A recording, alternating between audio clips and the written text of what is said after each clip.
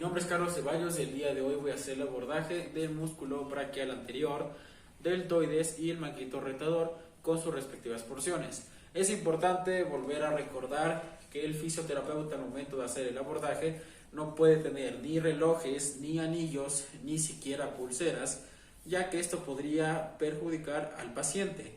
Dicho esto, empecemos con el lavado de manos. El lavado de manos se debe realizar de 40 a 60 segundos y se debe realizar tanto antes como después del abordaje. Debemos tomar en cuenta que después del lavado de manos debemos tener una correcta desinfección. Músculo braquial anterior.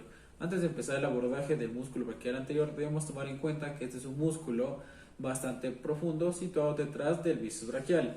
Su origen es en la cara interna del 1/3 o 2/3 inferiores del húmero. Su inserción es en la cara interna o punta de la apófisis coronoides del cúbito y su función es el flexor del codo en cualquier posición que se adopte. Es importante tomar en cuenta que al ser muy grueso es bastante profundo y en algunas ocasiones es suficiente por sí solo para flexionar el codo. Además, actúa a gran velocidad. Dicho esto, empecemos el abordaje. Primero que nada, debemos tomar en cuenta que el braquial anterior es un músculo profundo, porque el bíceps braquial lo está cubriendo. Usualmente no se cree que hay cómo identificarlo, pero sí hay cómo identificarlo realmente. Se puede realizar un abordaje tanto medial como lateral, medial a qué y lateral a qué. La referencia en esta es el tendón del bíceps, al igual que tiene el pliegue anterior del codo. Primeramente, la referencia es el pliegue anterior del codo y ligeramente por arriba, pero no por debajo. Lo encontramos ubicando la referencia que ya decimos, que es el tendón del bíceps, y vamos medial al tendón en medio del pronador redondo y del tendón del bíceps. Por fuera va a estar en medio del tendón del bíceps y en medio del músculo braquiorradial. Una vez identificamos, vamos con el pulgar. ¿Por qué con el pulgar? Porque con él tenemos más fuerza y podemos irnos de una manera más profunda. Entonces está el pliegue anterior del codo y el tendón del bíceps. Nos vamos en dirección al hueso y le pedimos al paciente que flexione y que ponga una resistencia por arriba de la muñeca y que siga flexionando con más fuerza. Vemos cómo jala mi dedo y el bíceps se marcha para atrás. Me voy hacia afuera por externo entre el tendón del bíceps y el braquiorradial, nuevamente con mi pulgar, y me voy profundo y le pedimos a mi paciente que flexione. En esta posición es difícil, ¿por qué? Por acción de la gravedad, por una ligera abducción y sobre todo flexión de codo. En esta posición es difícil, ¿por qué? Por acción de la gravedad, por una ligera abducción y flexión de codo, hace que por acción de la gravedad el bíceps se aplaste. Entonces nos pide la misma posición desde medial, pulgar o índice, que realicemos una rotación interna. Por acción de la gravedad el bíceps cae.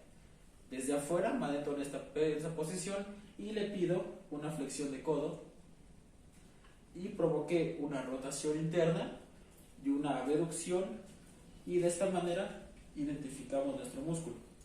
Músculo deltoides. Para empezar el abordaje del músculo deltoides debemos tomar en cuenta que este tiene 3 porciones, por lo tanto tiene 3 orígenes. Una porción clavicular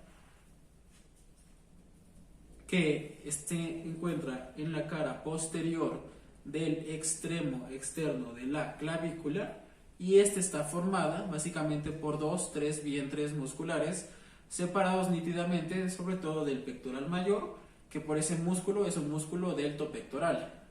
También en su segunda porción, que es una porción acromial, se encuentra en el acromión y es un solo vientre muscular que se observa si vamos a los deltoides de lado. Y su última porción, que es una porción espinal, es en toda la espina del omóplato excepto en su parte más vertebral. Esto quiere decir que está formado por 4 vientres musculares, que en este caso son los que determinan las máximas funciones del músculo deltoides. Hablando de su inserción, tanto cada una de sus porciones, incluyendo la porción clavicular, la porción acromial y la porción espinal, todos los vientres musculares van a confluir en la cara lateral del tercio medio del húmero. Se disponen para todos estos formar un tendón, tanto muy corto y a la vez muy fuerte. Hablando de sus funciones, prácticamente todas van a ser del hombro, desde flexión y extensión hasta abducción y aducción. Estos también constan de una rotación interna, al igual de una rotación externa. Esto es debido a su múltiple inervación y a la contracción de las partes necesarias al momento de realizar el movimiento del hombro, que vayan a realizar la acción. En este caso, el 1/3 superior son totalmente abductoras y los 2/3 inferiores son abductoras. Ahora, la porción clavicular es totalmente flexora y al igual que es ligeramente abductora y también realiza una rotación interna.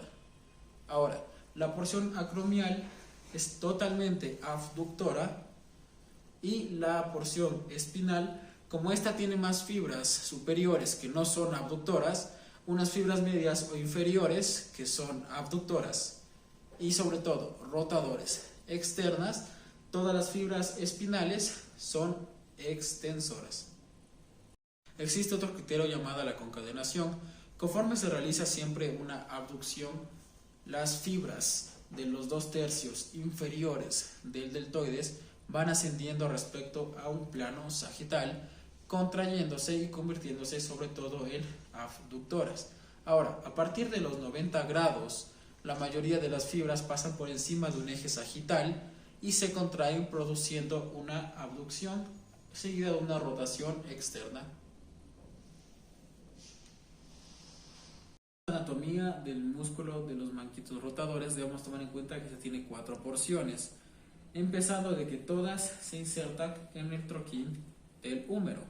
Empezando con su primera porción, que en este caso es el subescapular, que se encuentra de una manera anterior al paciente, se origina en la fosa escapular, que es toda esta zona, y de esta manera su función es la aducción del brazo, seguida de una rotación medial del húmero. Tomando en cuenta su segunda porción, que es infraespinosa, que es medial al paciente, se origina en la fosa supraespinosa de la escápula y esta tiene una función de aducción seguida de una rotación externa del brazo total del paciente. Ahora, de las siguientes 2 porciones se encuentran de una manera posterior, empezando por el supraespinoso, que tenemos toda esta zona, al igual que se origina en la sofra supraespinosa, en este caso la escápula. Su función es la abducción del brazo y seguido a esto su última porción, que sigue siendo posterior, es el músculo redondo menor, que se encuentra de esta manera, pero en la parte posterior, que se origina en la pared, en este caso lateral de la escápula. De esta manera sus funciones son la abducción del brazo, seguida de una rotación externa del húmero, y de esta manera podemos identificar nuestro músculo subescapular, el músculo infraespinoso, que es un poco más profundo, el supraespinoso, que se encuentra de una manera totalmente posterior, y el músculo redondo menor. Gracias. Una vez concluido el abordaje, debemos tomar en cuenta que el lavado de manos es esencial tanto antes como después del abordaje, al igual que la correcta desinfección. Gracias.